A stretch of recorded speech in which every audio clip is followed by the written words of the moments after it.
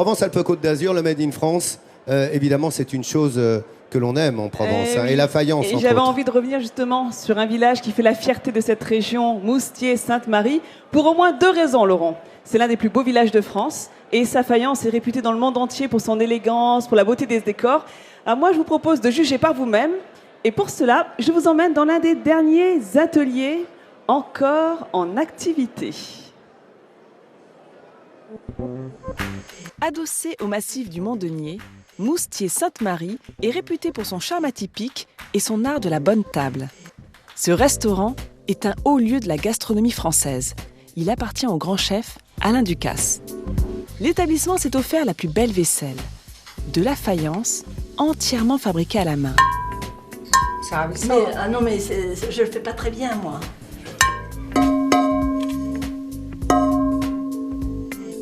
Et celui qui sait faire chanter les assiettes, c'est Franck. Il les fabrique dans son atelier, qui se trouve à 2 pas du restaurant. Franck commence par travailler l'argile, qu'il va découper en plusieurs galettes, avant de les façonner à la main sur un moule sur mesure. Une fois qu'on les a découpées, on peut prendre toutes les galettes une par une. On va les poser sur le moule en plâtre, qui donne, c'est-à-dire une assiette en bosse, si vous voulez. Et à la main, on va pouvoir, c'est-à-dire en mouillant la terre, l'appliquer correctement sur le moule, pour lui donner, c'est-à-dire sa forme initiale. Franck s'attaque ensuite aux finitions. Désormais, les assiettes vont subir un sérieux coup de chaud. Une cuisson dans un four à très haute température. Dans le jargon, on appelle cela une cuisson de biscuits. Et voilà le résultat 24 heures plus tard. Donc là, on peut sortir, c'est-à-dire le biscuit.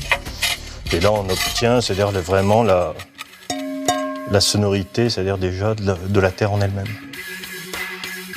Pour leur donner éclat et brillance, Franck va les tremper dans un bain d'émail. L'émail, c'est-à-dire il y a un petit peu de silice dedans, on a de la craie, il y a du sable, c'est-à-dire on a de l'étain à l'intérieur, un petit peu de zircon, et c'est tout ce mélange concassé, réduit en poudre, qui va donner la brillance à la sortie du four. Franck passe ensuite le relais à ses décoratrices. Elles sont 2 dans l'atelier, Nadine et Virginie. Aujourd'hui, Virginie décore des assiettes qui se retrouveront sur les tables prestigieuses des grands restaurants. Pour achever le travail, Franck va de nouveau la passer au four. Cette dernière cuisson va révéler l'émail. Voilà notre ultime et dernière cuisson, c'est-à-dire on obtient la brillance et le produit final.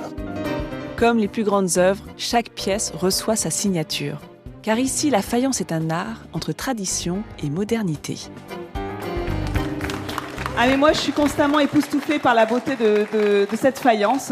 Vous avez vu, chaque pièce est unique, façonnée à la main, décorée à la main, et vous avez aussi un certificat de garantie d'origine pour ne pas vous faire avoir si vous achetez de la faïence de Moustier.